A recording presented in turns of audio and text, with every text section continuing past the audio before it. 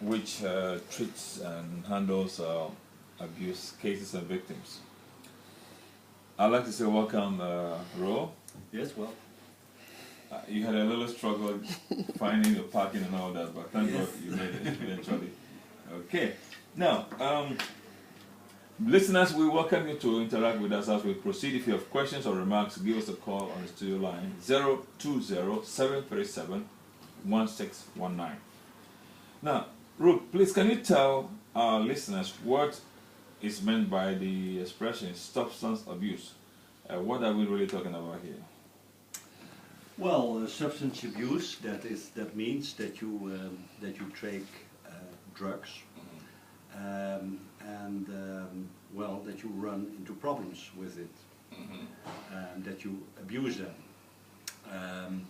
If we talk about substance abuse, we normally talk about drugs, and we don't talk, for example, about alcohol or about gambling. Because of course, alcohol is also a substance which you can abuse, and also gambling, which is not really a substance but is more behavior. Yeah. But this is also something with which people can run into problems. And all these problems are dealt with by the Jelinek. Wow. So we treat these people, and we also try to prevent these problems to occur. Okay. I really would like to also get a bit into the treatment part because I'm quite interested in that. But before that, I would like you to tell us on the persons who are involved, what sort of impact does the substance abuse bring with it? Those who are, what sort of impact how does substance abuse affect those who actually are involved? Well, most important probably is that people start to neglect a lot of things. When they start to use drugs, they start to neglect school, studies, work. They choose other friends. They neglect sport, and that's the first thing that you remark as that you see as a parent, for example. Wow. And you see this neglection of all kinds of things. Okay. And that is the cause of that is that the drugs become more and more important for you. Really? And there comes a day then that it is so important for you that you in fact does everything, that you do everything for it. The second consequence of drug substance abuse is of course that it is bad for your health. You often run into physical problems. And at the end comes the problem of addiction. Yes. That you are addicted physically and psychologically, and that it is well then very difficult to stop or to reduce. Wow. So it brings neglect into their lives. They leave the most important things they're supposed to do, and also their health becomes affected. Yes, well, of course, if you talk about drugs, you mostly think of addiction as the main problem. And of course, that is a big problem, but there are so many other problems. Neglection of all kinds of tasks, financial problems, physical problems, problems with your health, etc. So it's not only addiction; it is a lot of problems in which people can run. Wow. Okay. So then,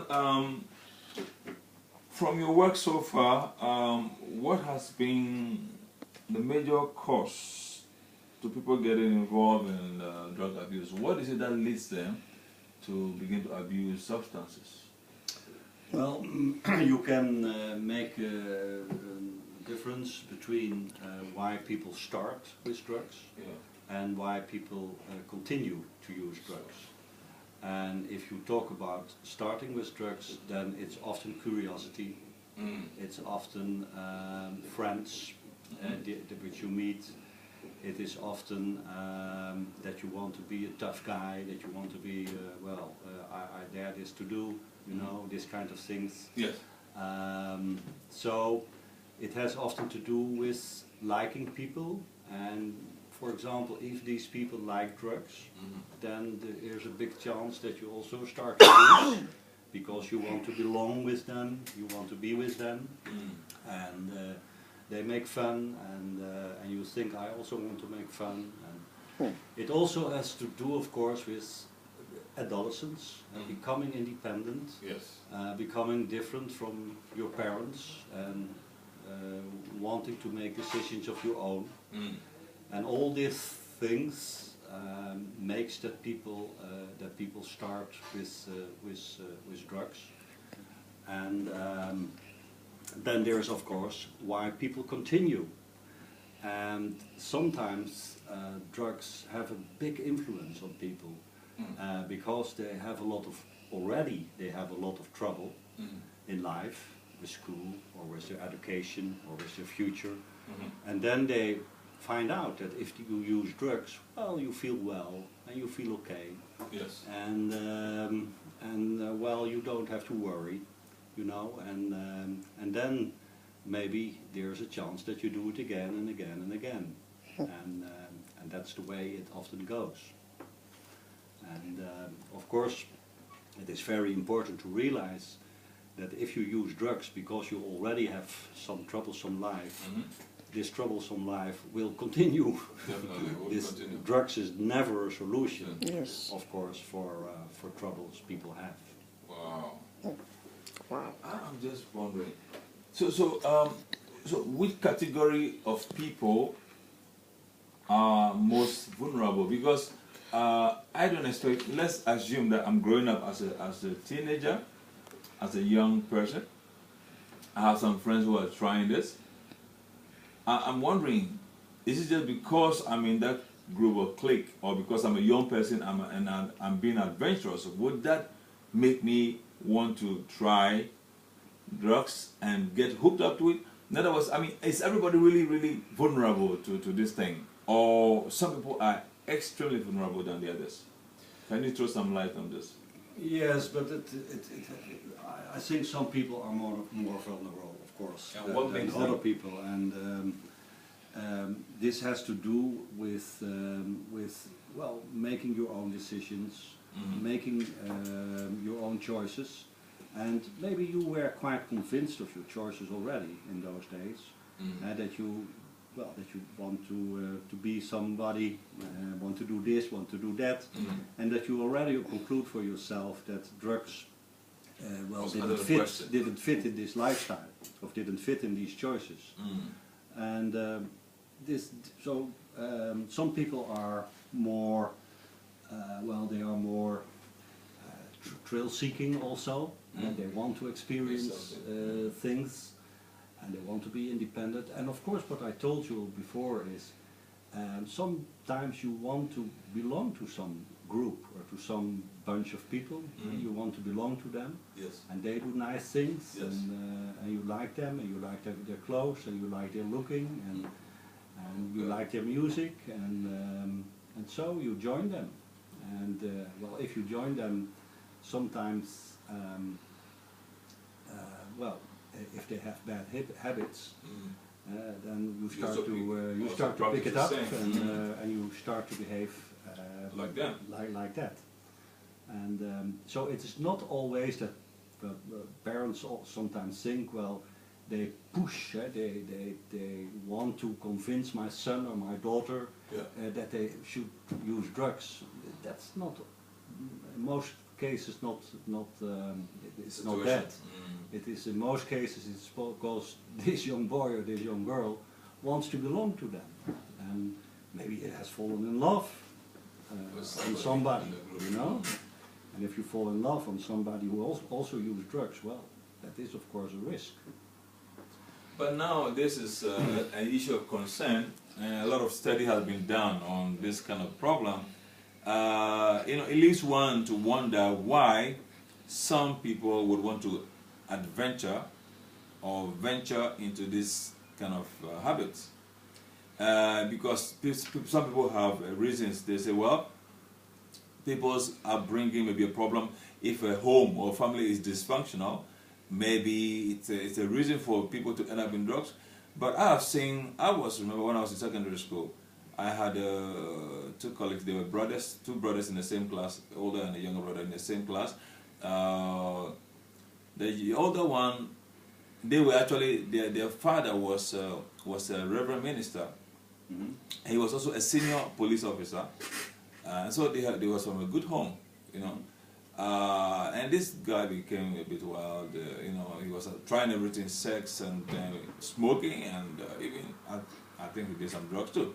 Mm-hmm. Now, that guy obviously didn't come from a dysfunctional family. Till today, I know that his other younger brother, he is very stable, calm, you know, doesn't talk much, you know, very disciplined, very godly too. Now, so how will somebody, you know, choose such an alternative lifestyle and go in another totally different direction other than the mainstream, you know, and get involved in, you know, substance abuse, for example? So is family, a dysfunctional family really an issue here, or is just the people's own maybe desire to experiment with other things that is the cause of the problem? Because we know now that the drug or substance abuse is on the increase. Yes. So can you explain what's really going on here? Of course, if you talk about risk factors, what makes somebody well to continue to use drugs, we always, if you want to summarize it, we always talk about three factors. Mm-hmm. And what are they? You have the substance itself. Yes. Sometimes one substance is more addictive than another. Mm-hmm. Heroin, for example, is more addictive than cannabis. Mm-hmm. You talk about setting, Mm-hmm. and that is, for example, the family from which you come, and of course a broken family is a risk factor. But not every child from a broken family becomes a drug addict. Precisely. So, so it is a risk factor, but it's then always in combination with other factors. So has also to do with your personal makeup.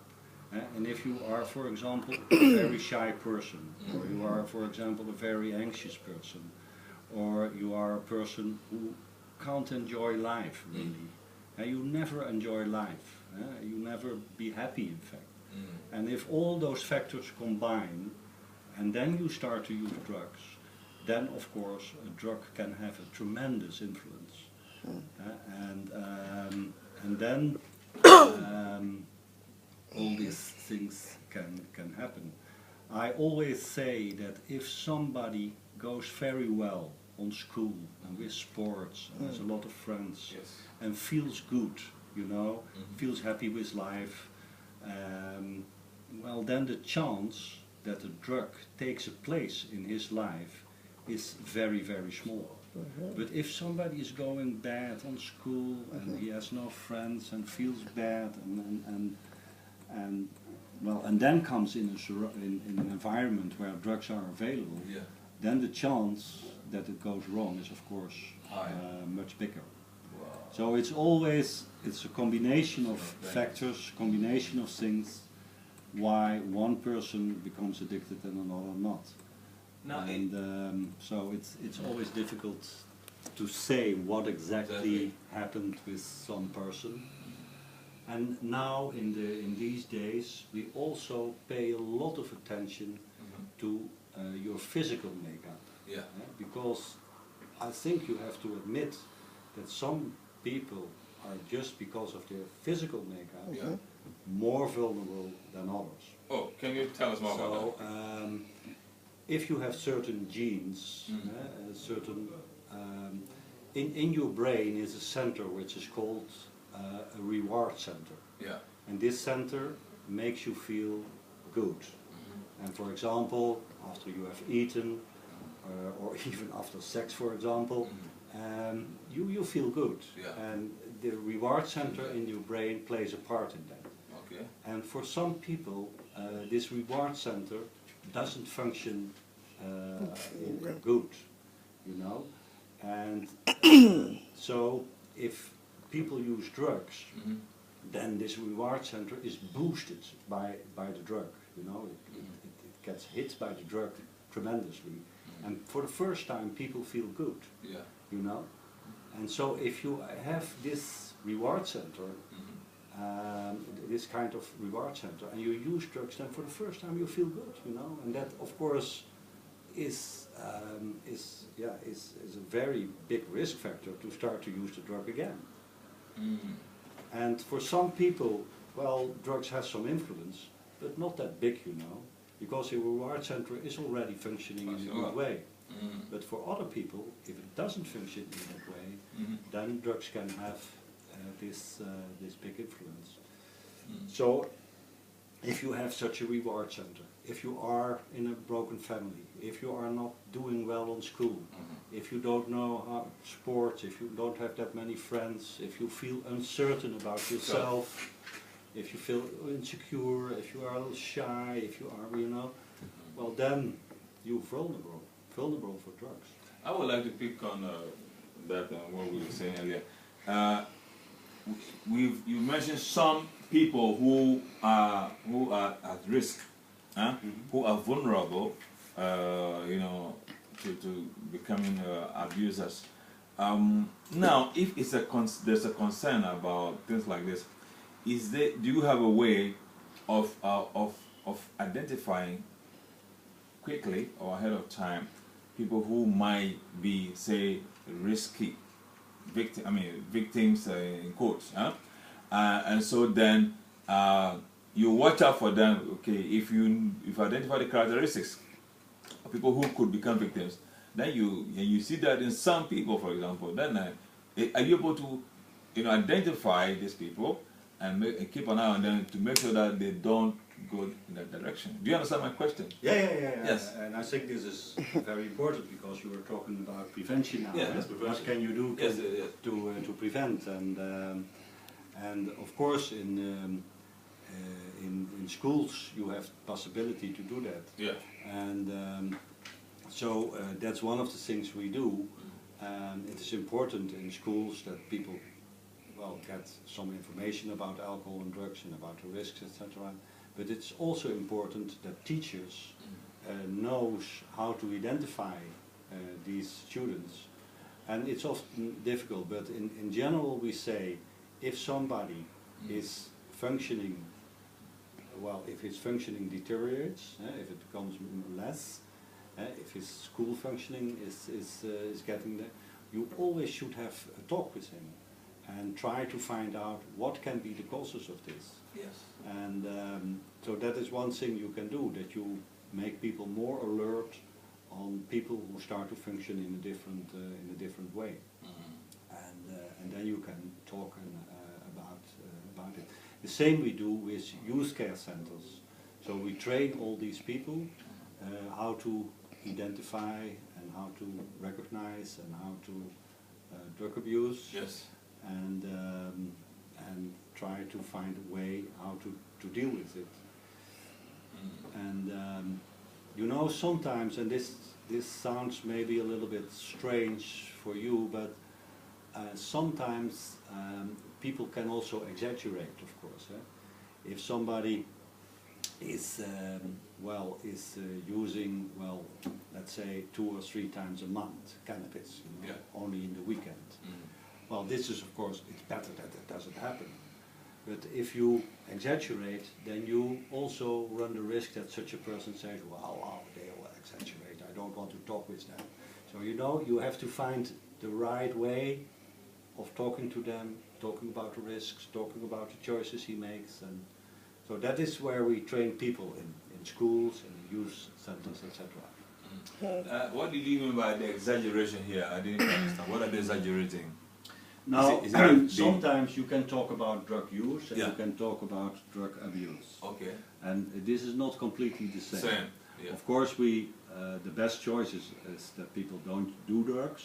That's of course always the best choice. Yes. But sometimes you can also choose for a way, okay, if you use cannabis, it is your choice, it is not my choice.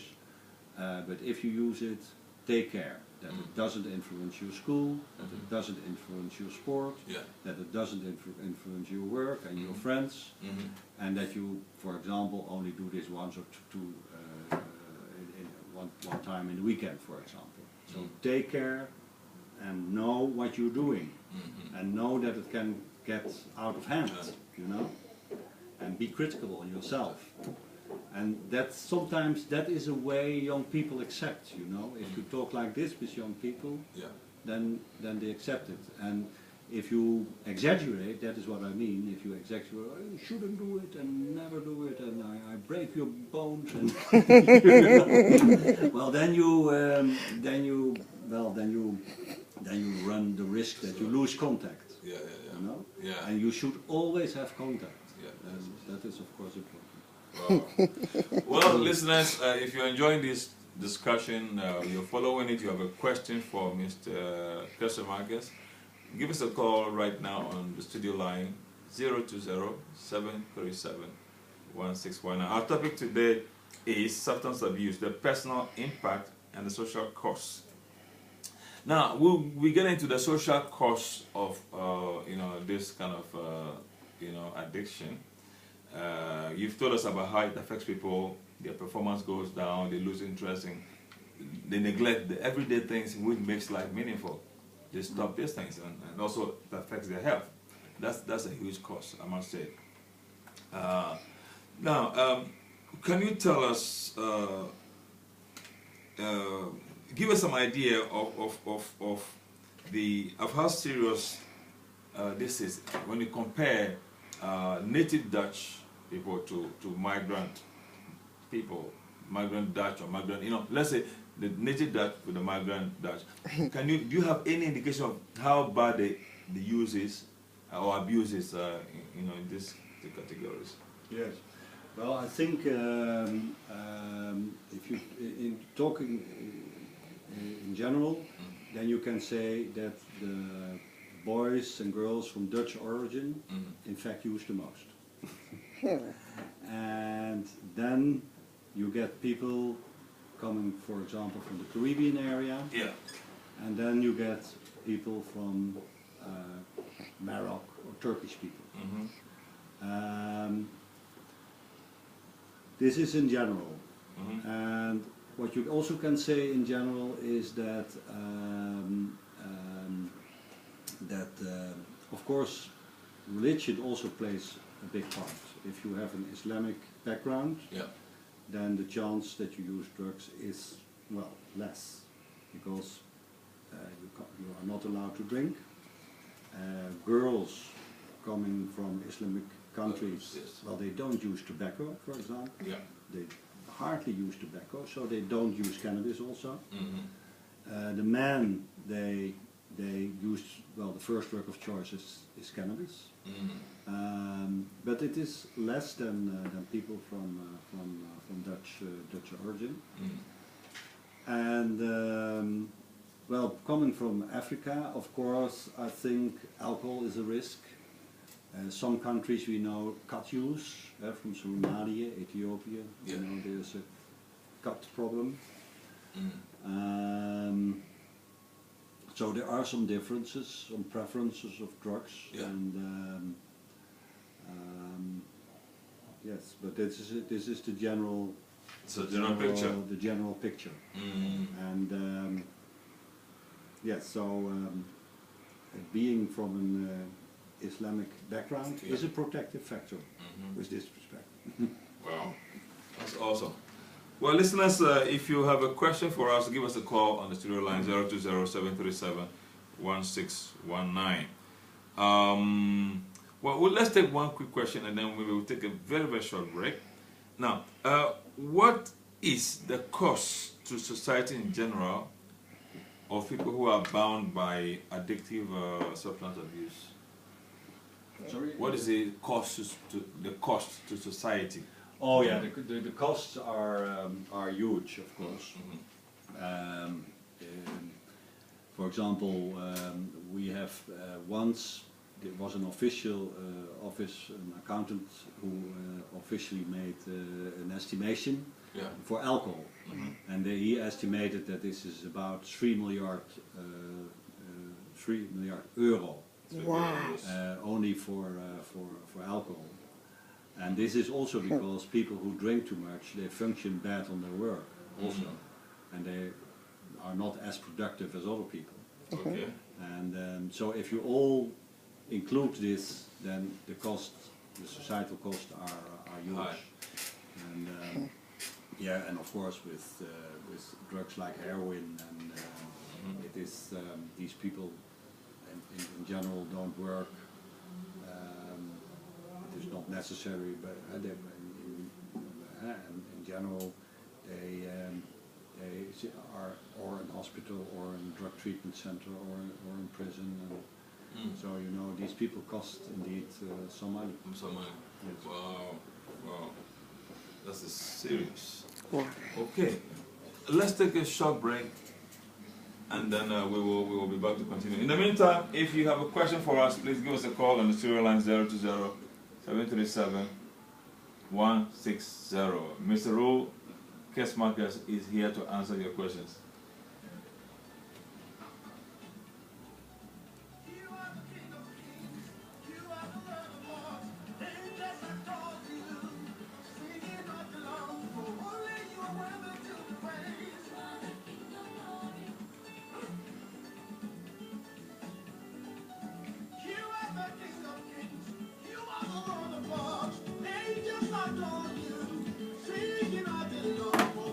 I would